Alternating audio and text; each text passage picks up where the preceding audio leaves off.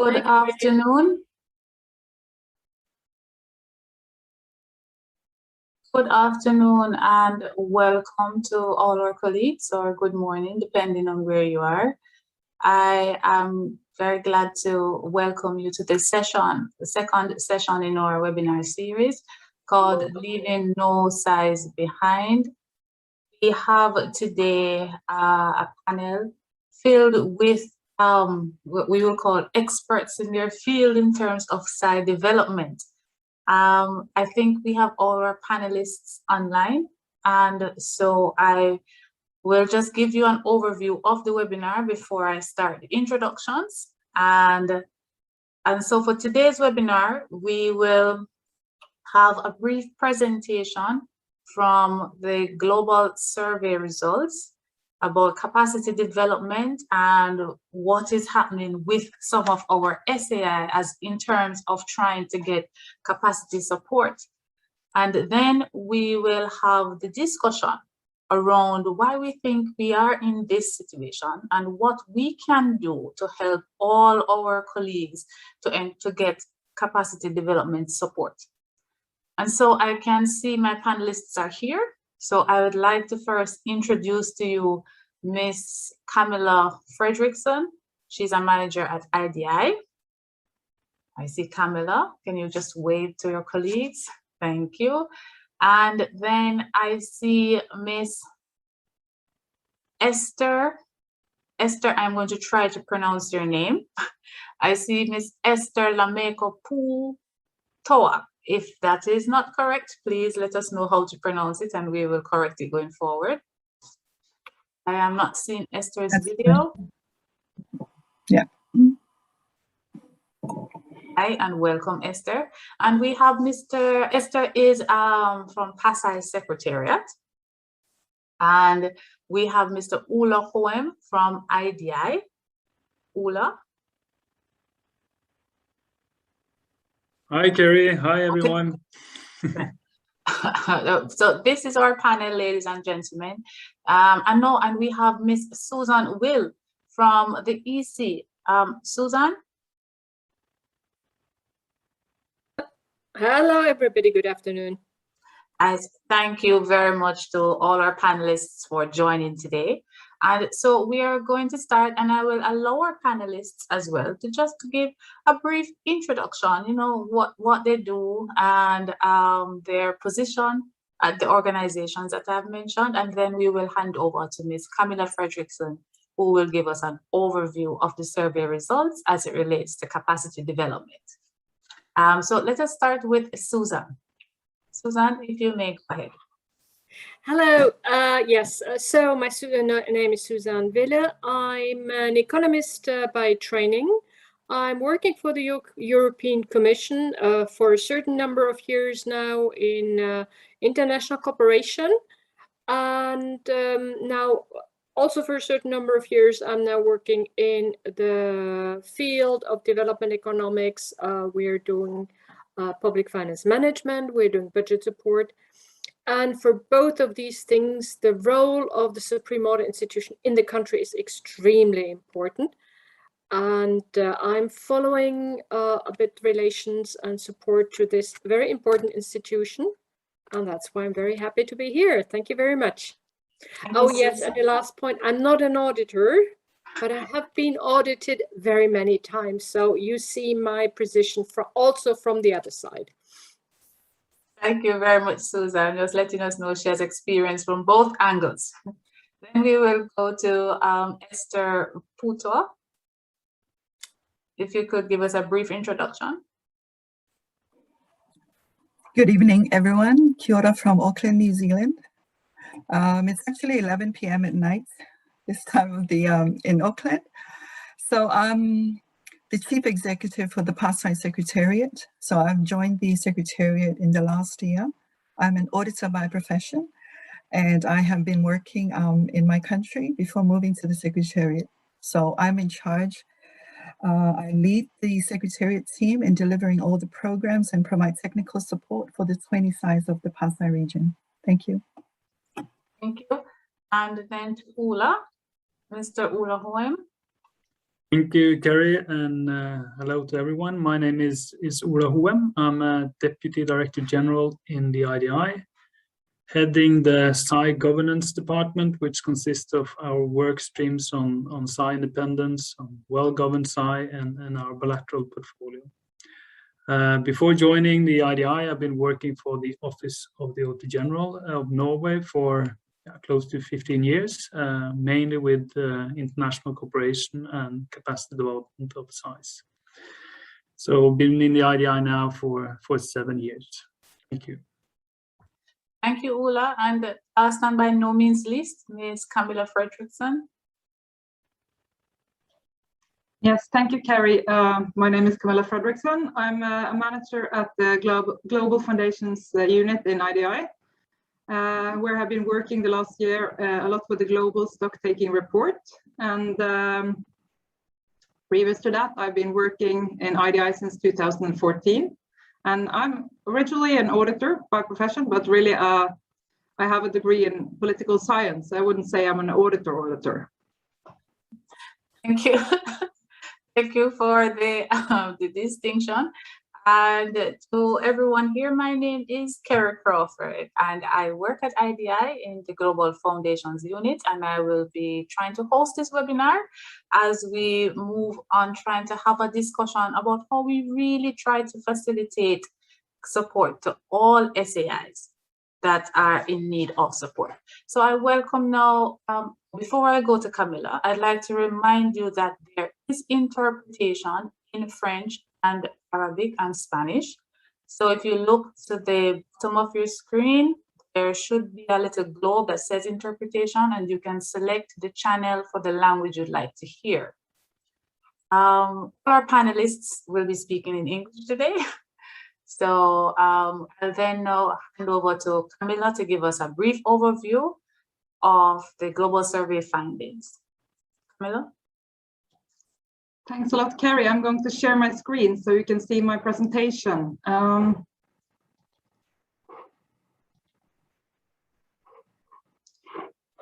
I'm not seeing what you're seeing, unfortunately, but we are seeing your screen. You may want to go in. Yes. This is the right way, right? I'm yes, sorry. I just can't see it myself. So I'll try to be, yeah. So right, go in presentation mode. You cannot see it in presentation mode. Is that so? Yes, so if you can. I have put it in presentation mode, but just let me try once more. Okay, is it working now? No, but we can see your screen, so you can go ahead. Okay. Thank you, Kerry. So I'm here to present some of the results from the Global Stock-Taking Report. As many of you know, we launched the report last week, and it's the result of a year's work building up on the global survey, the INTOSAI Global Survey 2020. And to give some of the kind of background for some of the discussions we'll be having today, I'm going to present the results relating to the context of the SAIs, and also some findings on independence and on capacity development. So the first thing that I want us to look at is how the SAIs are organized according to SAI models, because we think that some SAIs may be affected by the way that they're organized, and also which kind of institutional model they belong to. So as you can see from this slide, 68% of SAIs are organized according to the legislator model, while we have 18% of the SAIs who reported on the global survey belonging to the jurisdictional model, so-called court model. What is also interesting to see is that 11% of SAIs say that they belong to the executive branch, and this is quite similar to the same results we had in the last stocktake. Another thing that we looked upon in this stocktake in particular is to ask the SAIs whether they had sufficient resources to deliver their mandate. And what was quite striking for us is that only half of SAIs report that they have sufficient financial resources. And furthermore, that 70% of SAIs also report that they have inadequacies in relation to staff, either number of staff or competencies. Another thing that I want to just point to briefly is that SAIs operate within an environment which is characterized by democratic backsliding.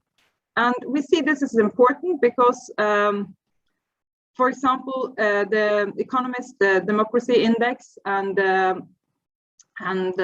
Freedom House report that this year again, results on the Democracy Index and on civil liberties are in demise. And this is a trend we've been seeing. And at the same time, we see that Transparency International report on persistently high levels of corruption, and that there is no change in the trend here. So we have to keep in mind when we talk about both about how SAIs are performing, but also how they interact with donors and what kind of support they can get, in which context they are operating, and in which context both globally but also regionally, where we can also see that there are different regions that are characterized by democratic backsliding. But this is a global phenomenon, and it's very important when we when we discuss SAI capacity building, because of course this will affect the ways that donors and stakeholders relate to the SAIs. So going on to SAI independence, our report shows that SAI independence remains at risk. Now, what we mean by this is that we have tried to assess SAI independence against 8 principles under the Mexico Declaration.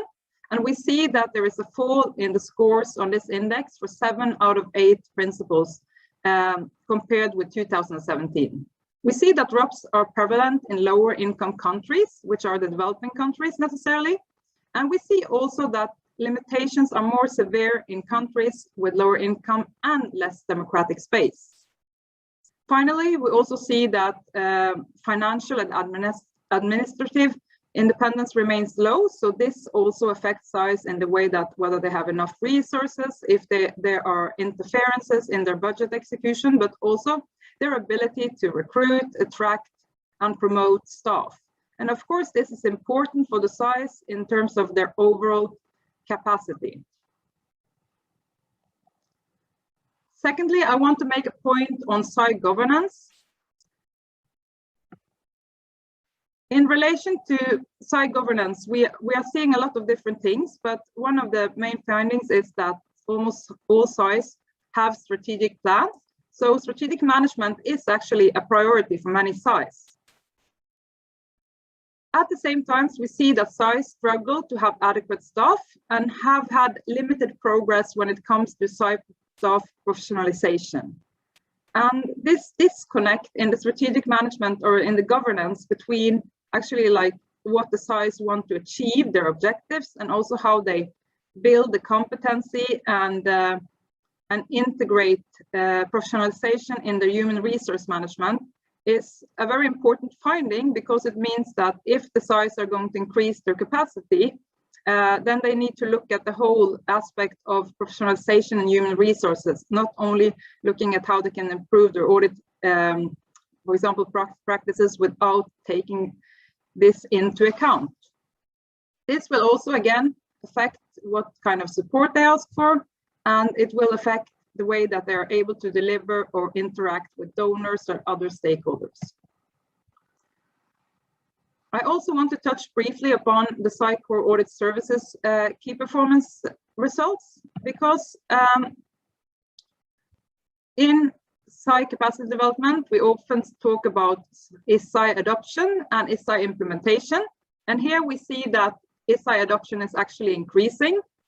And we also see that implementation is increasing a bit, but it's lagging behind, which is natural, because what we actually see is that lack of resources, again, is a main reported reason for non-compliance with SAIs. And we also see that the way that the SAIs organize themselves the objective that they set for their audit activities, but also the quality management systems that they have in place affect their ability to implement SAIs. And again, this is also related to the SAIs communicating that implementing SAIs is resource demanding and probably requires support and an appropriate level of in terms of arriving at a higher compliance level. So moving on to the SAI capacity development support topic. One of the main findings is that while there has been an increase since 2010, this is according to the SAI capacity development database, we also see that there hasn't been a real growth in support since 2016. And if we look more closely at the numbers behind, we see that there is a shift towards more global and regional support programs. So this is also something that you can see in the next slide. So the next slide shows you that from the numbers, it seems like SAIs in AfroSAI are the ones getting the most support, while SAIs, for example, in CAROSAI, CREFIAF, and PASAI is getting consistently a much lower level of support. And at the same time, we can see here on the left that there's been an increase in support to globally oriented programs. So that kind of also confirms a bit what I was just saying, that there's a shift towards support on global level programs. So if we ask the SAIs who are receiving support and do everyone thinks that they are receiving support, we actually see that in the global survey, 80% of SAIs in developing countries are receiving some sort of support. So what is behind these numbers? These numbers include SAIs who receive any kind of capacity development support. It could be bilateral, it could be regional or global support. So it could mean that they have a long-term bilateral support program by a dedicated donor, but it could also mean that these are like one-offs. For example, we can see here that 91% of SAIs in PASAI is receiving some kind of support, which is very positive. But when we look more closely into the database, we see that there's only a handful of the countries in PASAI who have received some sort of bilateral support, a more in-depth capacity development support program. So it means that they benefit a lot from probably global and regional programs, but if there are more complicated or more complex need for support, perhaps they're not receiving that. So who are the ones not getting support? What I can say is that there isn't a real trend here or something that sticks in particular out. The picture is quite varied. But we see, for example, that SAIs in CAROSAI and CREFIAF are more represented in this. And this is also confirmed again by this database.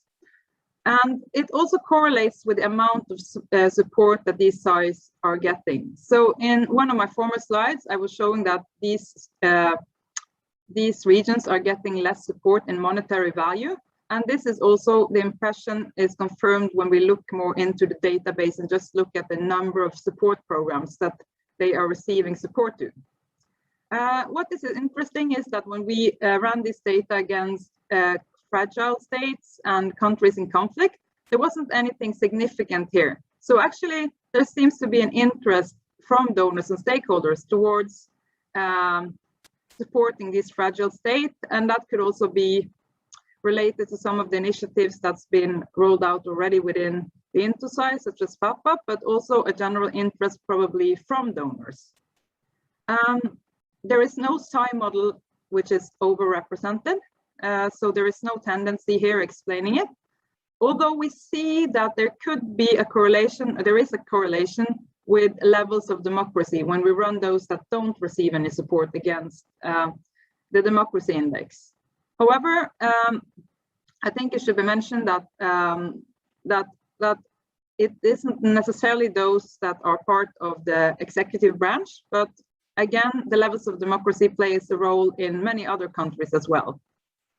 Also, what is interesting is that while we see that the low-income countries, those that are lowest in the World Bank income grouping, have problems obtaining support, we also see that these that are specifically not obtaining support actually are from lower and middle income countries and upper middle income countries.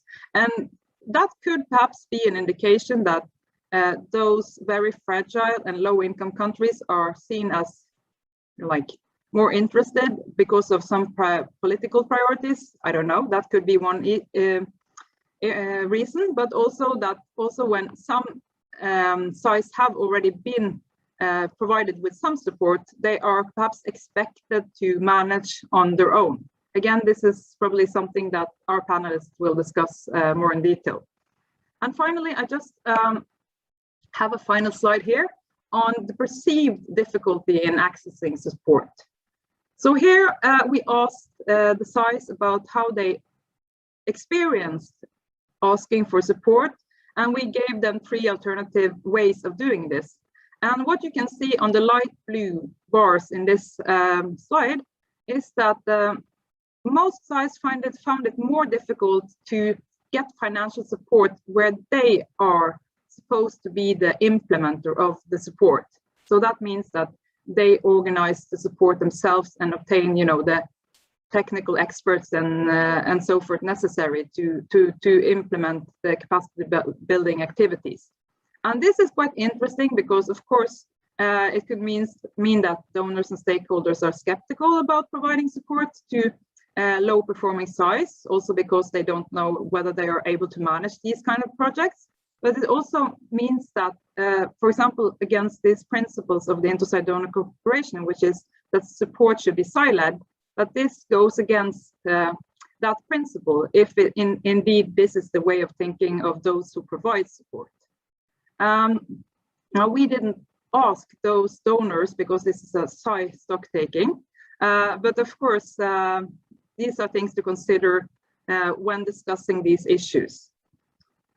So that concludes my presentation on the findings of this, and thank you so much for listening, and I leave now floor to Carrie. Thank you.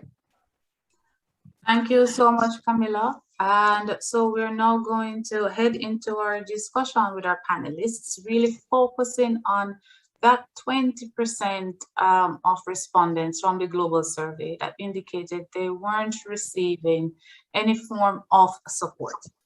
And so we're going to first have the discussion on, why do we think we are in the situation that we are in now? That there are some SAIs that unfortunately are either struggling to get support or not deemed to be SAIs that SAIs that stakeholders are willing to support. I'm going to first invite Esther to come in and give us her opinion from the PASAI Secretariat perspective of why does she think we are in this situation? Esther? Thank you, Carrie. In the Pacific, in the PASAI region, just as you have seen from the presentation, 91% have reported to have received some form of support from us. So the development partners in the region, most of they are the same development partners that can provide bilateral arrangements with the country and also directly with the Secretariat or through the Secretariat. So most of the development partners that I know in the region choose to go through, to channel their money through the Secretariat. And so the programs that we do at the Secretariat is to cover all of the SAIs. And most of them are, and it's true, according to the survey, not financial support. but technical support in terms of consultancies or consultants or people from the experts from the Secretariat.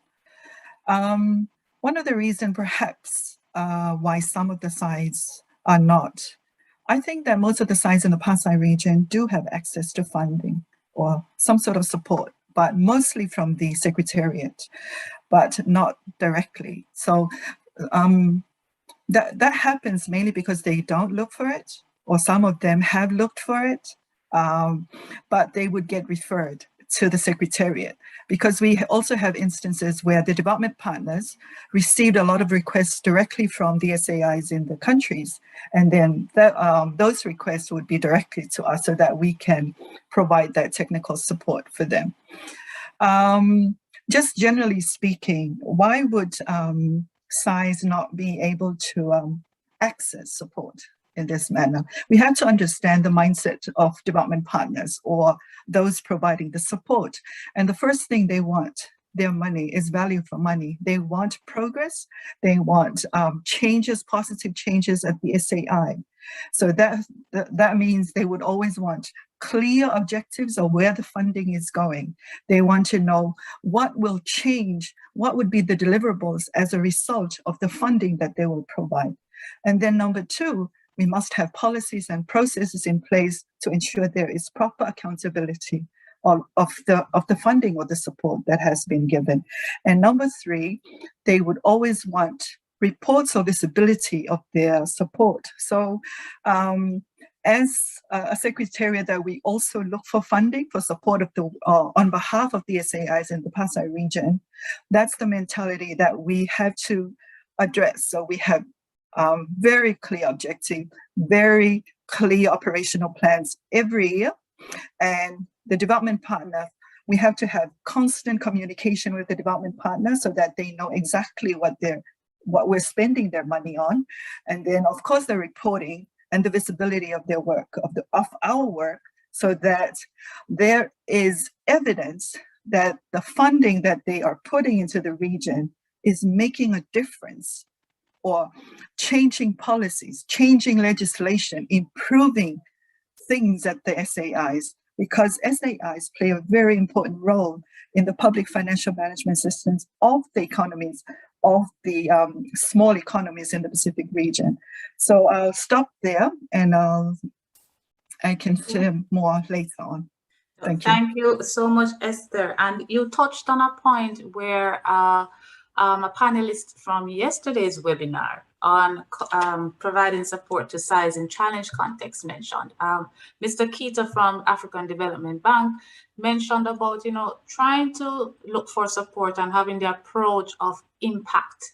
Yes, looking on it like that. What is the impact that the SAI can create beyond the PFM, but to the country as a whole? These are some of the things that development partners would like to hear when you are reaching out to them for support. So I think that is key, and a perfect segue to go to Susan, who is representing from one of our donor partners, to come in and give her perspective on this. Yes, thank you very much. I mean, my words can echo what Esther said. Yes, on the one side, of course, we are also accountable for the money spent. So we have to show, and we do this very regular, to our Court of Auditors, to the Parliament, European Parliament, and the public, what has been happening, what are the results we are achieving with their taxes. So therefore, we do need, absolutely, we do need the reports, we do need results, and a limited amount, reasonable amount of visibility, of course, yes, definitely. I'm very sorry, these are the rules of the game, and I think on both sides, we can understand it. We have to render accounts, and you in the large sense, want, in general, accounts to be rendered of the taxes spent. So yeah, definitely. And that's why also it's much easier to show the results if from the beginning we agree on what do you want to do, what do you want to achieve, and how can we support you, and how in the end we can say that we supported these achievements. That is what we have to do. Yes. Yeah. So I mean that is part of the game, and I think we all do understand these rules. And I see that also Supreme Audit institutions have made a lot of progress, because I mean, this is the reason for me of the one of the many reasons of the strategic plan. A strategic plan, like when you're building a house at home, you know, I make the foundations, I put on the walls, I put in the windows, and let's not forget about the roof. And then we go step by step to achieve this big result. So, I mean, nearly all of the Supreme Audit institutions have a strategic plan. And for me, that's one of the basics, of course, because as a donor, I can then come in and say, okay, what's your plan? How did you analyze your needs? How did you go ahead to make this plan? I have the donor, the partner has a look at the plan and sees how far we can engage in that.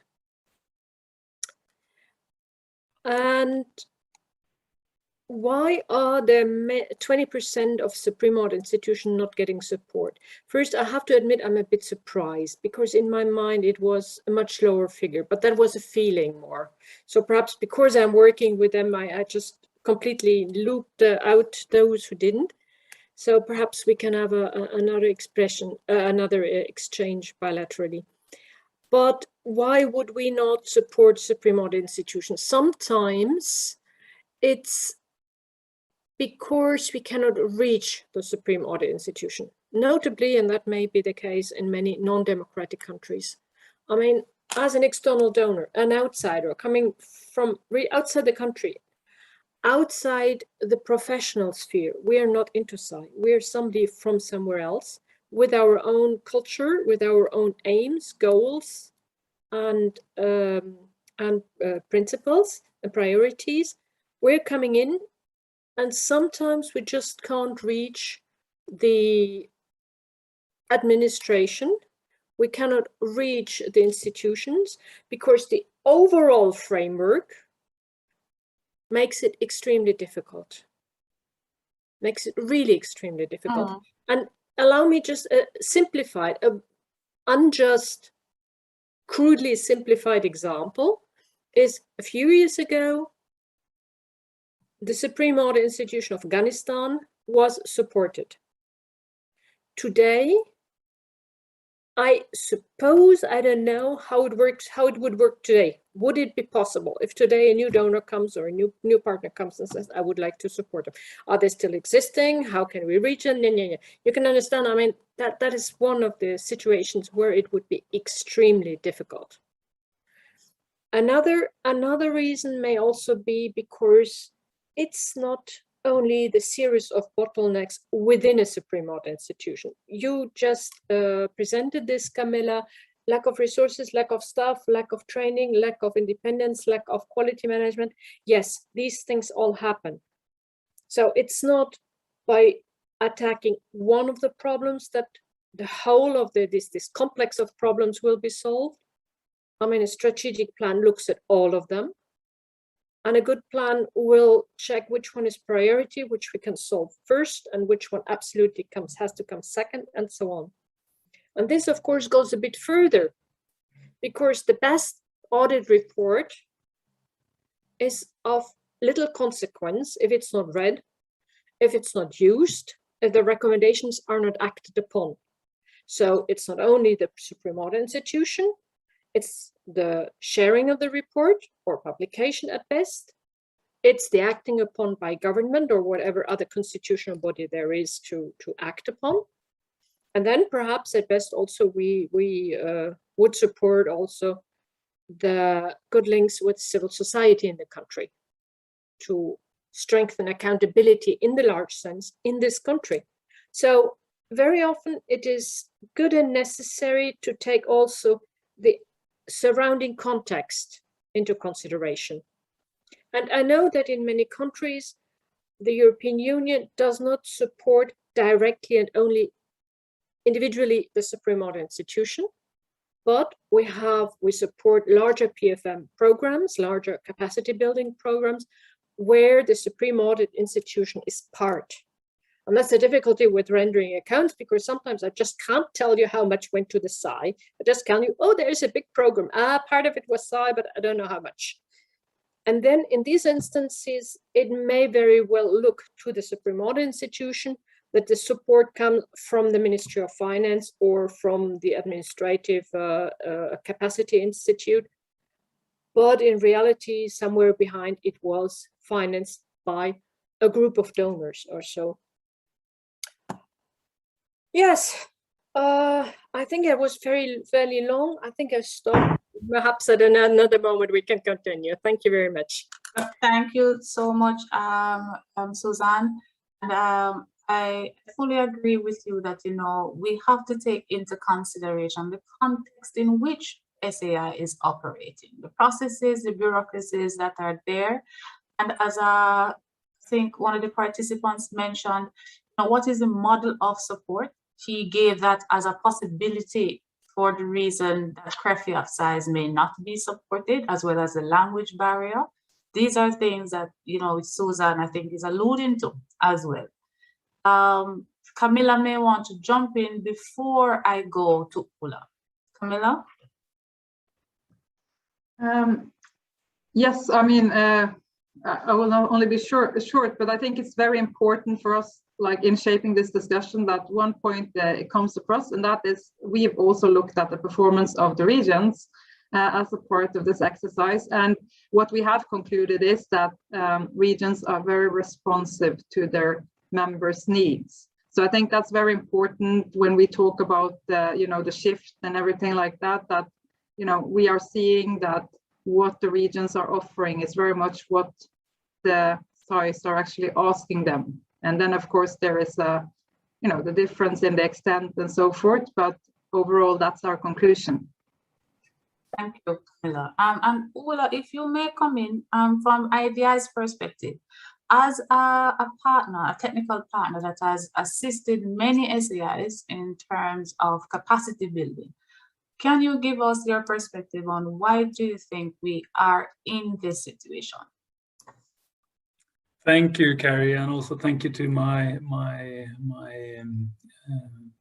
the other panelists for sharing their reflections, because I think they speak very much to the reflections that I have as well. And I think and as Camilla mentioned, there are some trends in the global stock taking report, even though they are not as clear maybe as one can expect. But I think there are a couple of things there which is quite interesting, and which I'll try to reflect a bit upon. And one thing is the regional differences, which you are seeing that SAIs from, for instance, CREFI, Afkaro SAI are receiving considerably less support than SAIs in like AFSAI and ULASEFs. That SAIs in low-income countries is struggling a bit more than others to mobilize support. And also that there is a link between the level of support you're receiving and how you score on democracy indexes as such. And that SAIs are struggling to mobilize support if they are the implementing partner, and the support is not channeled through kind of peers or regional bodies, IDI, external agency, and consultancy forums. And I think in the report, there are also some explanations suggested for these things, and one of the things are, of course, donor priorities for specific countries and regions, where they have preferences which is linked to their current foreign policies, and which also kind of has a heritage, of course. And also you can see, I think, from the report that peers are more likely to provide support to SAIs in their own regions, speaking a similar language, having a model which they are familiar with, and also their SAIs have similar priorities. They are more likely to support. And by just looking at the global survey, and I haven't done a thorough analysis of this, but it seems to me also that peer providers in the regions which are benefiting most, like in INTOSAI and OLASEFs, are more willing and experienced in providing support in their own regions than maybe in other regions, with the exception of EUROSAI. And I also believe that some of the regions which are more successful, you will find leading SAIs which are willing to support the sister SAIs, like South Africa in INTOSAI, New Zealand, Australia in INTOSAI, and like Brazil in OLASEFs. And regions with less support, this is of course in general, often lack this big resourceful SAI which are willing to take the lead at the regional level. And I also believe there is a link to the long tradition of regional cooperation you'll find in these regions, which is often facilitated through a very well-functioning regional bodies like the SAIs Secretariat, and that the strong and well-resourced regional bodies is an important factor for explaining why some of the regions are performing better than others when it comes to receiving support. And also, I think receiving support requires often a minimum of capacity in the recipient end. And that it's more challenging for SAIs with very limited resources to actually be position themselves to receive support in like developing project proposal or have strategic plans which support can be based on. So I also think that's it requires a minimum capacity to actually be able to receive support and benefit from the result. There is one thing which strikes me a bit when I'm reading the global stocktaking report, and that is the lack of focus on internal control and financial management of SAIs. When you look at what SAIs have been prioritizing when it comes to the support they have been asking for, and also what seems to be the emergent trends and what SAI would like to be supported in, these areas are often hard to mention. And I think together with the findings from the report on indicators linked to accountability and transparency, I believe that this might be a factor why some SAIs at least struggle to mobilize support and be the implementer, because they don't really have proper financial management systems in place and they're not used to report on their own performance. While, for instance, regional bodies, IDIs, are much more experienced in dealing with donors and then are well equipped in managing funds and report on performance. So that's just some reflection on why we are in the situation that we are in. Thank you, Ola. And I am glad that you touched on the point of their financial management system in the SAI itself, because I think what came out a lot in our discussion so far is that the internal organization within the SAI is key. And we see where 43% of the SAIs that actually received support said that it was difficult to get it. And I think there is, correct me if I'm wrong, Camilla, another maybe 70% that expressed that when they got support, they got support because they were not the main implementer. And so maybe our SAIs need to focus on a little more on how do we organize ourselves internally to ensure that we have a certain level of capacity when we are seeking support, that we have the as Susan mentioned, that we have the strategic plan or objectives are clear when we are reaching out to donors and any other external provider of support. I wanted to touch on regional organization because this came up quite a lot, and I'm coming to Esther because it seems that SAI has found the formula for how to ensure that they get support to all their SAIs.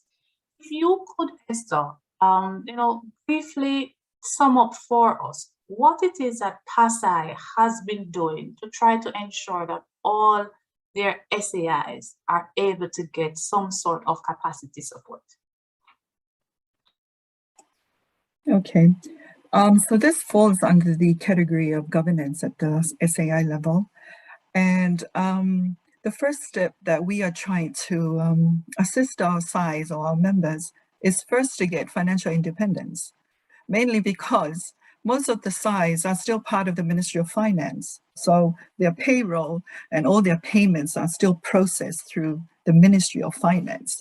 So I think that would be the first step, is perhaps equip the SAIs on how to take that transition, because most of the legislation allows them to have financial independence, but it's just because they have been part of the public service for long, so it takes a while for them to take the steps to establish financial independence. Once they have that, then it would be some of the programs that we do is as part of financial independence is establishing how to do their financial statements, how to do their own payroll, so that at the end, they can get audited, because that's another issue with most of the SAIs in the region, because they don't get audited, they don't prepare financial statements for their operations, mainly because they're still part of the Ministry of Finance.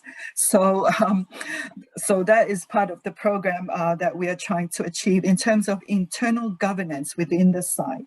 And once they have that, they must have policies, and then the systems will follow on how to establish, because most of the SAIs are very small, so it's not difficult to establish a financial system that can prepare financial statements, that can get audited as well. So another part that we're also trying to achieve through our programs, and also technical support directly with the SAIs, is to have the strategic plan as well as the monitoring and reporting function as part of that, so that we can monitor the results in line with this strategic plan that was set in the first place. So that would be, so one of the obstacles that we do face is that we have all these programs available, and then we program it for the year. The difficulty for us is when it's not a priority for the SAI. When it's not a priority for that particular financial year, then it gets pushed aside or pushed back or delay a bit. So how we try to do this is building good working relationships with the SAI. So we have divided the SAIs with our staff so that we get to understand their economic situation, their political situation, and also try our role to advocate for the programs that we do to improve their performance. So yeah, so that's some of the things that we do at the moment. Thank you so much, Esther. I'm going to come back to Ola before I go to Susan, just about, what it is that your organization has been doing to ensure that no SAIs are left behind. If you can just highlight a few key things that your organization is doing. So Ola? Thank you, Carrie. No, I think one of the important things that we're doing is that some of our initiatives, they are open to all SAIs. They are global initiatives where all SAIs can join. So that is one key aspect of the work that we're doing. Another aspect is, of course, the work that we've been doing bilaterally, where we are the provider, or the provider of last resort. So when there are SAIs who are not receiving much support or support from peers, particularly, we are willing to step in and establish a bilateral cooperation. So currently we have a portfolio where we have around 10 SAIs which receives bilateral support from IDI, with, of course, funding from donors, but also where there's a substantial amount of peers participating in that support. And that is also driven by the global call for proposal under the INTOSAI-Donor cooperation. In addition, it's the work we're doing on the global foundation unit, where we also try to kind of be a broker for support for SAIs and be kind of the middleman trying to merge donors with SAIs. So I think those are kind of three of the key aspects of the work that we are doing, which is very inclusive and where we try to make sure that all sites are receiving some kind of support. Thank you very much, Ola, for explaining how it is that IDI tries to ensure, inclusivity of all SAIs, regardless of where they are. Susan, if you could come in and share from your experience, what has the European Commission been doing to date to try to ensure no SAIs are left behind? Right. I think now, if you really ask me this question, I have to take a big breath. And perhaps I would just underline two elements, just two elements of the reply. One element is more to the shorter question, what have you done? My reply to this is the European Union supports today about 90 countries with an instrument called budget support.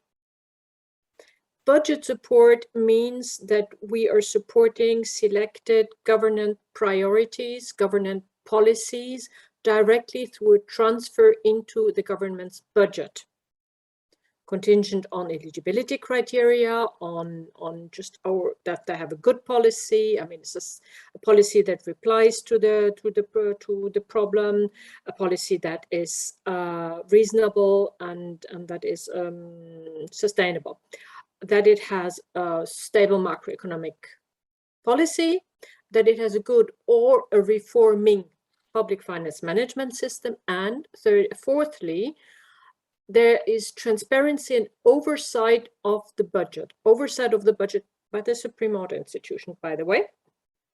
In principle, that's a part of the PFA of public finance management, but it's particularly important for us. And that's why we installed it a few years ago as a separate fourth criterion. So the money goes into the budget, and it's government systems that dispenses, expenses, uses that money. Our own Court of Auditors has no control over this money. They cannot audit this money. As soon as it is in the Treasury account, it's not their mandate anymore. That means, of course, that the National Court of Auditors, the National Supreme Audit Institution, is auditing this money. So you see how important the Supreme Audit Institution is important for us, because they provide the accountability for the money. So you can see that in each of these 90 countries and territories, I mean, we have a very good eye on the working of the Supreme Audit Institution. I don't want to forswear my soul. I don't want to say that in each and every country we do have support too, but I would say in 90% we have direct or indirect support to the Supreme Audit Institution. In the 90 countries, there are some territories and overseas of European member states, so there we don't touch. For example, in the French PTOM, we don't, I mean, it's of course the Court of Auditor of France who does their work. And just as a last point, to give you an idea of the size of support, in 2020, but that is exceptionally high due to the COVID support, we spent 3 billion euros overall through budget support, $3.5 billion. So you see how big the money is. Usually per year, it's a bit less than 2 billion euros, so it was exceptionally high. But it is extremely, extremely important for us that the Supreme Audit Institution works properly. And it's not only budget support countries, also in other countries we have PFM support programs where we support the PSM system, including support Supreme Audit Institutions.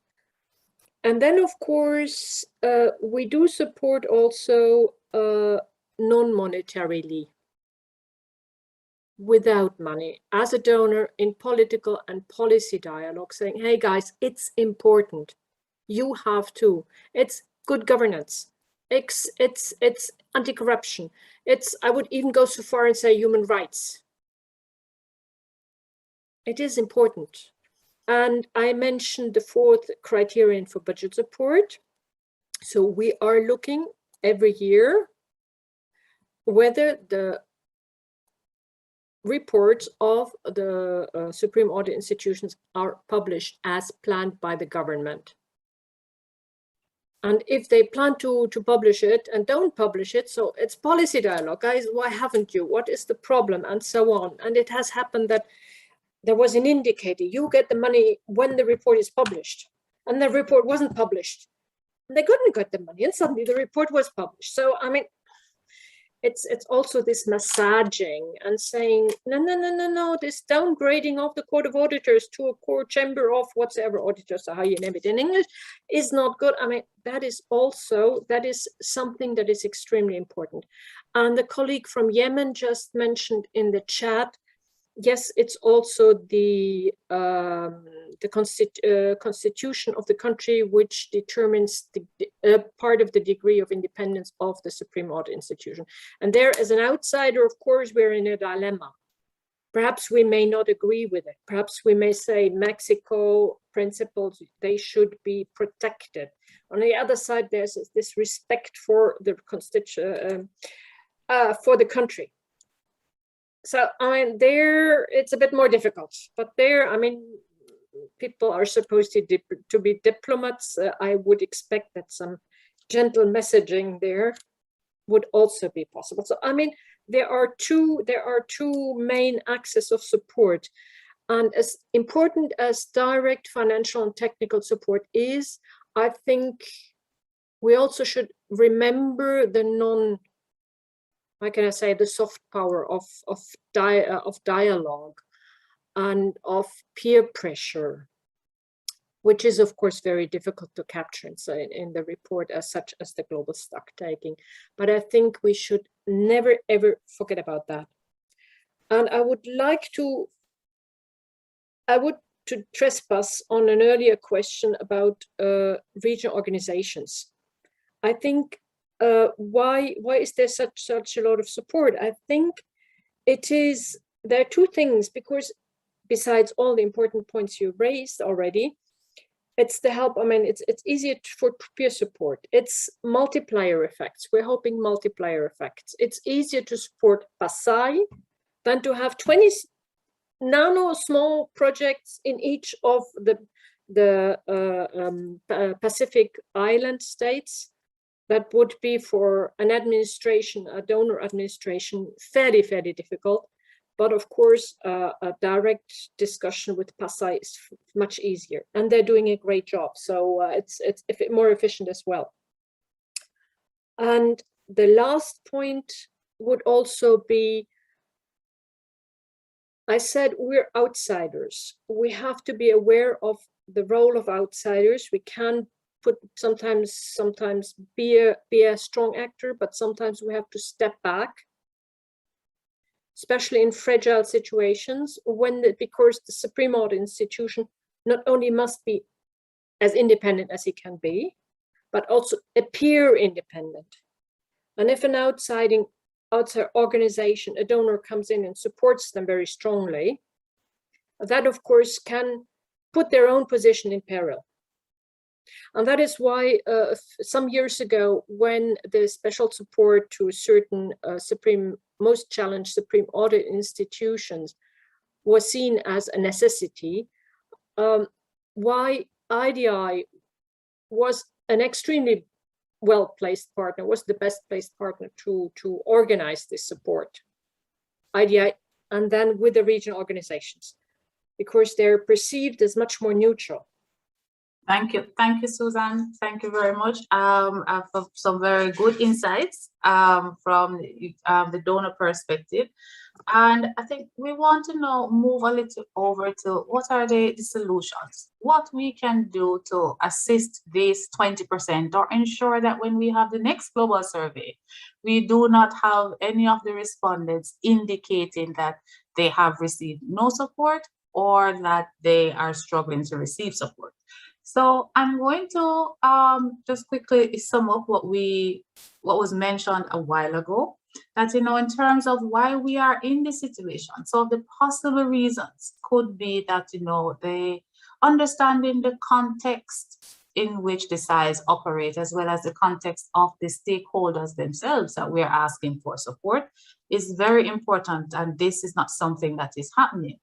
I think Esther mentioned that many of the SAIs do not reach out to ask for support. And this comes back to, ties in as well to what Susan had said in terms of they're unable to reach the SAIs. It may be because of the bureaucracy. It may just be because, unfortunately, the SAI's website or change in management or staff, we don't know who is the focal point. So engagement with stakeholder, ensuring that we know who to reach out to, as well as be more proactive in reaching out for support. And organizing ourselves internally and as a region, because Esther also mentioned that donors' feedback was that, you know, they have many concepts or proposals coming to them from all these SAIs in the same region. And it ties into Susan's comment about, you know, as a donor, it is difficult to try to support so many small countries or so many small projects as it may be. So trying to organize ourselves, you know, to have one big project is something we could look at. And I think these were some of the solutions coming out, and we want to delve a little more into how can we, as IDC, organize ourselves to ensure that we support all SAIs. So the question now to my panelists, before I come to the question and answer, is, you know, what could we, as IDC, so you'll give me your perspective, do differently or do more of to help SAIs that are struggling to receive support? And I'm going to start with Kula on this question. What do you think that IDI could do differently or do more of, if any? IDI or IDC? Well, you can give both IDC and IDI perspective. No, I think I'll start with IDC, because I think there's already been some great work by IDC and particularly the Global Call for Proposal T2, which led to the pop-up program, which certainly kind of mobilized support for some SAIs which were really struggling. And I think IDC should continue to work along those lines. And I also think, kind of as I mentioned in my input to the challenges, is that regional bodies I think are key in supporting SAIs, and I think also kind of considering more support to regional bodies, particularly in regions where there are which are receiving less support than others, like in Karasai and Krefjaf, could be something that IDC should consider as well, how they could support these regions. Also, I think in general, I think donors, there's been more and more emphasis on using SAIs to audit support to the countries. Of course, if it's budget support, they are key, but also kind of on more project support. And this is something which IDC has emphasized and should continue to emphasize, and in a way of promoting capacity building of SAIs. Then one thing that I think we have experienced a bit in our bilateral work is that when donors are supporting public financial management reforms, SAIs are included, but they often receive considerably less support than other institutions, which also are key in the public financial framework in countries. But what is even more a challenge, I would say, is that the SAIs, they are often left out in the policy dialogue between country level institutions and donors. Of course, this is not everywhere, but I think that is kind of a trend that we have experienced. And I think this is an area where IDC as well could support or could help kind of promoting that SAIs also should be included in this policy dialogue when you're discussing what kind of support is needed, because they have a lot to bring to the table, and and it's important that the support that they are receiving is also kind of considered as part of this public financial reform. Then I think there's an aspect which is important to consider, and it relates to low-income countries with low scoring on democracy indexes, and that is that SAI, they can act as reform agents. Of course, this requires kind of leadership and willingness from the SAI, but that I think this is also an area which IDC could contribute to promoting and promoting the role that SAI actually can play in this more challenging context. Of course, in IDI, we will continue to support all SAIs, and we have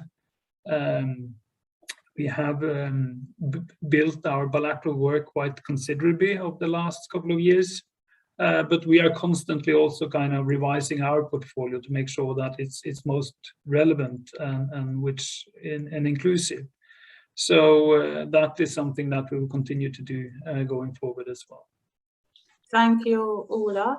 And Esther, I'm going to invite you to come in, and I see that you're very popular in the chat because many of our participants would like to hear some practical experience from PASAI as in terms of independence and how they maintain this, as well as just one question that was raised.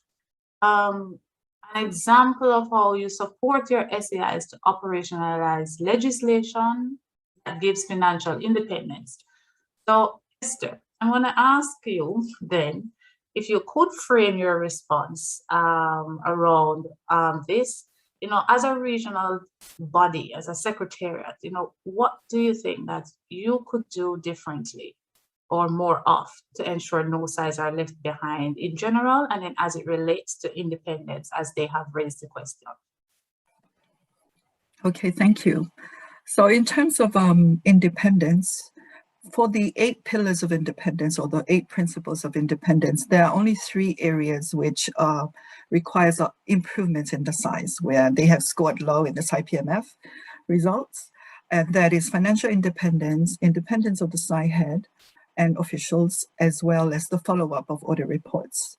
So in terms of financial independence, most of the SAIs in the north part of the region, which are mostly jurisdiction with the American system, those are the ones that easily get financial independence, or some of them have achieved financial independence. In terms of the SAIs in the south, which are mostly Commonwealth countries, there's only 1 or 2 who have achieved SAI independence, and that is through, so how we do, so the work that we plan, because we haven't changed any SAI in the last 2 years or so in terms of financial independence, this has come to our notice and we have planned accordingly. And how to operationalize it is, the first thing that we're doing is reviewing the legislation, ensuring that there is provision for, under the legislation, for SAIs to be financially independent. So how do we provide this support? We have consultants that we have selected through our procurement processes that can provide direct support to the SAIs. So they will work with the SAIs, they will identify improvements in the legislation and perhaps provide ways for the SAI to go ahead.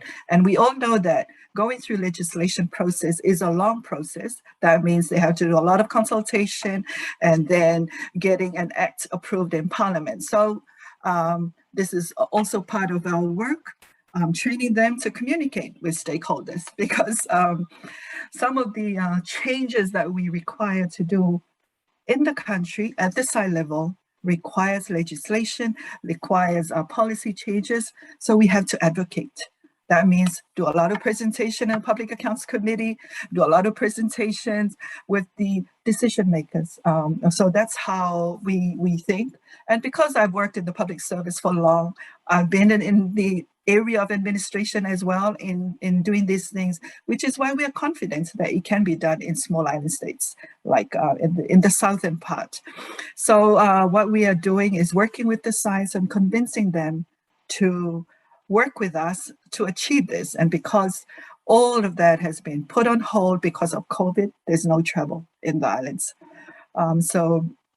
And just to comment on the original question on how SAIs can be, how IDC can support funding to the SAIs that do not have access to the funding. So I'm not going to speak from the point of IDC, but from the point of the SAIs seeking financial support in some sort. 30 years ago, SAIs in the Pacific are very small. It's impossible for them to try and access funding on their own. And that would apply to the smaller regions as well. So PASAI as a whole, as a group, had to work together to access. So to try and convince donors and development partners and to get the support. And because of the missing policies and all these things in the SAIs, it's difficult for an individual SAI to access funding. So PASAI did it as a group, and over the years, we have come to where we are today. So because now other donors are seeing changes in the SAI level, in the SAI country, so now we are attracting more development partners or donors. Now we're in the process of talking about how they will give money to the Secretariat, but also have a portion of the funding that will go directly to the country. So what I'm saying is that it takes process. It takes working as a group together. And then when that becomes, when there is SAI stories of changes in the SAIs, that would convince other donors that they can actually support directly to the SAI. So just wanted to touch on that. Thank you. Thank you so much, Esther, for your contribution. Susan, I am coming to you very soon. I just want to invite Camilla to give some feedback before I get to you. Yes, thank you, Carrie. Well, of course, I can only speak on behalf of, coming from the GFU and working with IDC. But I think perhaps one of the things that we could do more of within the IDC is to bring up the region's experiences, because what we've been seeing today in the discussion, and also what the Global Stocktake and the regional chapter on regional performance shows, is that we are very dependent on the knowledge and the understanding of the members that the regions and the regional bodies have. And without that knowledge, we cannot really understand what lies under these numbers, and also whether actually they are meeting, the demands are being met only with this that we see today, or if there are other reasons that we should look into. So that is one point. A second point that I want to make is that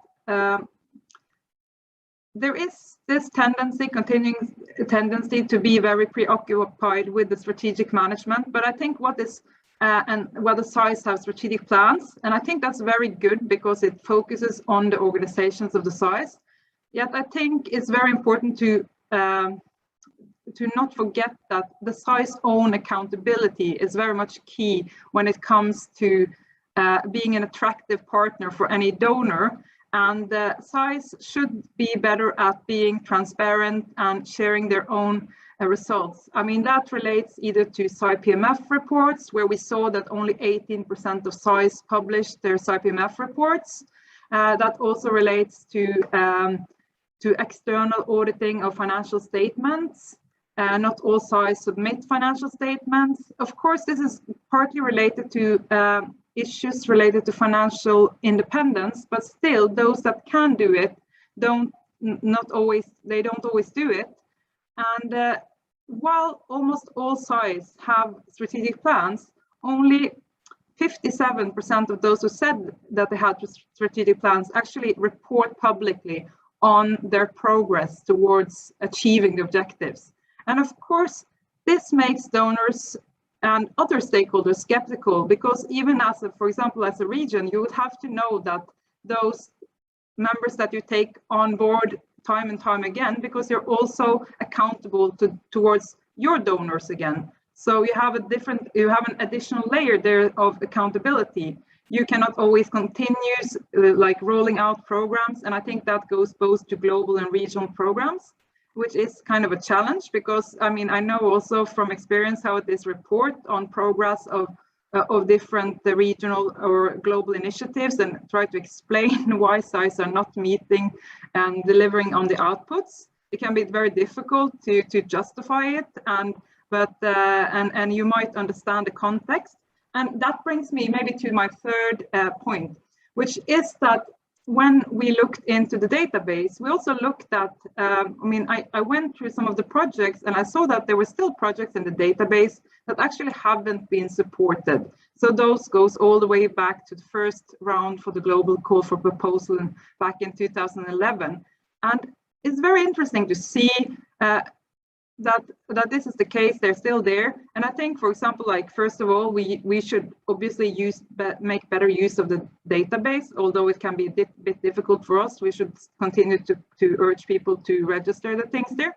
But also, like, for those donors perhaps who are involved in or are in discussions with SAIs on things that they have put out, it would be very helpful, for example, for the GFU and then for the IDC broader community to know, but like for the first round for the GFU, to understand why they chose to not support certain projects and why that could be the reason. So because that would at least help us to learn better of why SAIs are not supported. And these things are often kept a bit like under the carpet. And of course, that's because it could be sensitive in some ways, but anything that could help understand, you know, is it that, for example, GFU should provide more support on the concept development, or is it more political and a bit outside your control? And also the final thing I think is that we see a lot of projects that are directed towards PFM, obviously, but we don't always know whether our members or our contacts are involved in these and are pushing the agenda for the SAI well enough. Of course, we're not kind of accusing anyone, but that is also something like that kind of information that I think would also help enlighten the discussion. So thank you, Carrie. Thank you so much, Camilla. I fully support your response as we work together on many occasions on trying to help with stakeholder engagement and getting the SAIs to be more proactive in reaching out to their donors. And as I mentioned donors, Susan, I'm going to come to you. And I'm going to ask you the same question in terms of what can IDC do more or differently to help these struggling SAIs from the donor perspective. But I would also like you to try to frame your response around getting the SAIs a seat at the table. As you had mentioned before, that sometimes it's just difficult to reach out to the SAI. And the participant also mentioned, I think it's our SAI Yemen colleague, that, you know, or I think from Karasai, that many times the SAI is not involved in the discussion. And Ula also mentioned this, involved in the initial discussions surrounding PFM development in their countries. What can we do as IDC? Specifically as it relates to this, to get the SAIs a seat at the table, and just in general to ensuring that the SAIs are not left behind. Hi, Carrie. Yes, what can we do as IDC? I think as IDC, we first can be more open and more proactive. Because as IDC, we're concentrated on the signatories of the Memorandum of Understanding between INTOSAI and the donors. And there was, what, a dozen or 20 organizations signing up to that. There's only 20. It's not much. There are many. I mean, INTOSAI, as the global body of all Supreme Audit institutions, has a privilege. I mean, all Supreme Audit institutions are by definition in there, or at least all of them who are member of INTOSAI. That's nearly all, I don't know. But in terms of donors, far less. So I think IDC could do some outreach to donors, to institutions, to open up the doors and say, guys, we have something very important to discuss, to do. Let's join up. Let's join up and do a bit more, how can I say, publicity, visibility, and so on. Yes, put it on the table. This first would be good for IDC, and secondly, of course, it would put the important role of supreme audit institutions on the table. We should be discussing it, but in a larger, somewhat larger forum. So that would then come down to the other idea, more direction of supreme audit institutions. Be part of the discussion. Don't wait until you're invited. You are a key actor. Stand up and be a key actor. I mean, a key actor also interaction with donors and the larger institution environment. Show what you can do. Show what you can do, but that means, of course, publication and sharing. Sharing, I use the word sharing because I'm thinking of SAI PMF, for example. I think I've heard that 80 SAI PMFs have been done. How many are published? 11? Okay, I understand that sometimes some SAI are a bit hesitant, have concerns and so on. But then, of course, sharing them with selected other partners could sometimes, in certain situations, be a solution. Or publish a summary, or anonymize the whole, allow IDI anonymize the whole thing. They're making great analysis and then can put something interesting up on the table. Put supreme institution, on the table, on the agenda as a body, as an important body that defends not only good governance, which is very important already, but further civil rights in the countries. We're talking today, still today, we're talking a lot, let's say, gender, for example. That's an example that has arrived now really, really everywhere, even if still not all governments do share, at least unpublicly, privately, the importance of equality. But supreme audit institutions, when they do their audits, they also can at least look at these questions. So supreme audit institutions are bodies of governance, good governance in the larger sense. But we're talking about corruption. We're talking about illicit financial flow. Sorry, I'm an economist. Supreme audit institutions have a role to play. They do play a role. Put that louder on the table. And open up the discussion and bring more actors on board. I mean, our good friends from the Gender Help Desk, from the Human Rights Support Agent, they're very important. They're very vocal also. Civil society organizations, you have some of them who are great, really great in being vocal and putting the message on the table. Let's gang up a bit with them because SAIs have something to bring to them also. And they can bring something to SAIs. So open up, have more partners, be proud of what you're doing and do it well and be an example. And thank you. Ask us to be an example as well. Thank you. Thank you so much, Susan, for, giving us the charge to crash the party. Well, not in so many words, but to invite yourself to the table and not wait until you are invited. We are almost out of time, but what I would like to invite our panelists to do is to give maybe 1 or 2 suggestions to these SAIs that are now at the risk of being left behind or are struggling to receive support. What would you recommend that they could do to improve their chances of getting support? Just 1 or 2 things. I am going to start with Camilla, and then I'll go to Esther, Ula, and Susan. Of course, I will allow you to close out this part.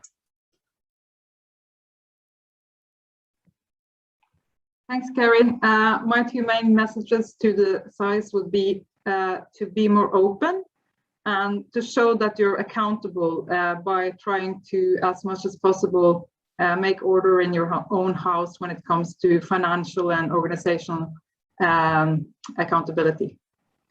Thank you. And Esther? I think be clear of what you want. What are the objectives of the projects that you're applying for? And what are the deliverables? Will it improve the performance of the SAI? So that would be, I would add that. Thank you, Esther. Ula?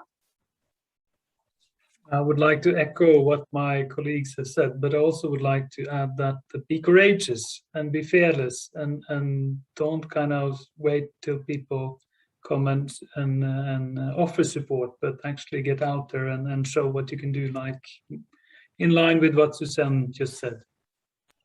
In line with crashing the party, okay. And then, so Suzanne?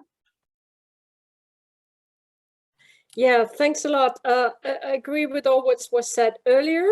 Yeah, definitely. And show yourself as the important actor in governments, civil rights, and accountability. I mean, SAIs are the key actor for accountability. Show yourselves, be this actor, and do it loudly. As loud as possible. As loud as possible. Make noise. So, no, before I wrap up, I just wanted to highlight some of the key points that I thought came out of this discussion in terms of the solutions and how we can move forward. And, you know, it is organize ourselves as a region, especially for those smaller regions. Try to see how you can identify what are your needs as a group and advocate as a group. In terms of the multiplier effect and the peer support, I noted that in the global survey that there were more peers willing to provide support, and that peer support was deemed as extremely important as a way of receiving support. And so let us also look to our peers when we're trying to get support in capacity development. As it relates to IDC, it has been mentioned, you know, to reach out more to our donors, that, you know, we see that our SAIs have been very active.